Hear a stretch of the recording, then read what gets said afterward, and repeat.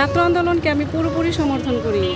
Student পাওয়ার যে এত বড় হতে পারে সেটা আসলে আগে জানা ছিল না, তবে একজন শিক্ষক হিসেবে গর্ববোধ করছি যে ওদের কাজ অত্যন্ত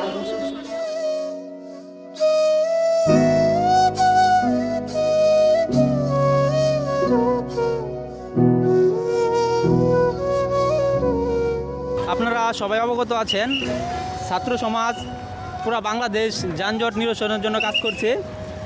সেদিক থেকে দায়িত্ব দিক দিয়ে দেশ ও সমাজের কল্যাণে আমরা দাপুনিয়া আগ্রা হেল্পলাইনের উদ্যোগে এবং বিভিন্ন সংগঠনের সহযোগিতায় ইসলামী আন্দোলন এবং ছাত্র আন্দোলন সমন্বয়কবৃন্দ সহ সকলে উদ্যোগে দাপুনিয়া বাজার যানজট নিরসনের জন্য আমরা কাজ করছি। দেশ ও সমাজের কল্যাণে সর্বদাই কাজে নিয়োজিত থাকব। যারা ময়মনসিংহ সদর উপজেলায় দাপুনিয়া বা ফুলবাড়িয়া আশেপাশে বসবাস করেন তারা জানে দাপুনিয়া বাজার যানজটের কত ভোগান্তি। একটা অসুস্থ রোগীকে নিতে গেলে ঘন্টার পর ঘন্টা অপেক্ষা করতে হয়। সেই যানজটের নিরসনের জন্য আমরা ভলান্টিয়াররা কাজ করছি।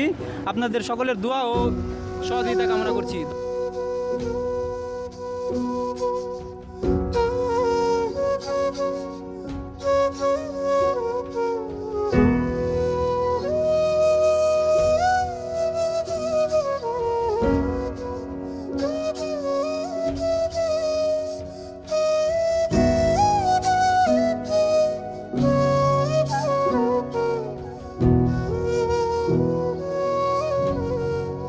দাপুনিয়া বাজার যানজট একটা বড় ভোগান্তি ছিল। আজকে আমরা দাপুনিয়া একটা হেল্পলাইনের যারা সদস্য আছে সবাই মিলে এবং ছাত্র সমাজ মিলে দাপুনিয়া বাজারটাকে আমরা যানজট মুক্ত করতে চাই। এবং অনেকে দেখতে পাচ্ছেন যে আজকে আমরা রাস্তার মাঝখানে লাল ফিতা বেঁধে দিয়েছি যাতে যানজটটা না হয়। ধন্যবাদ সবাইকে।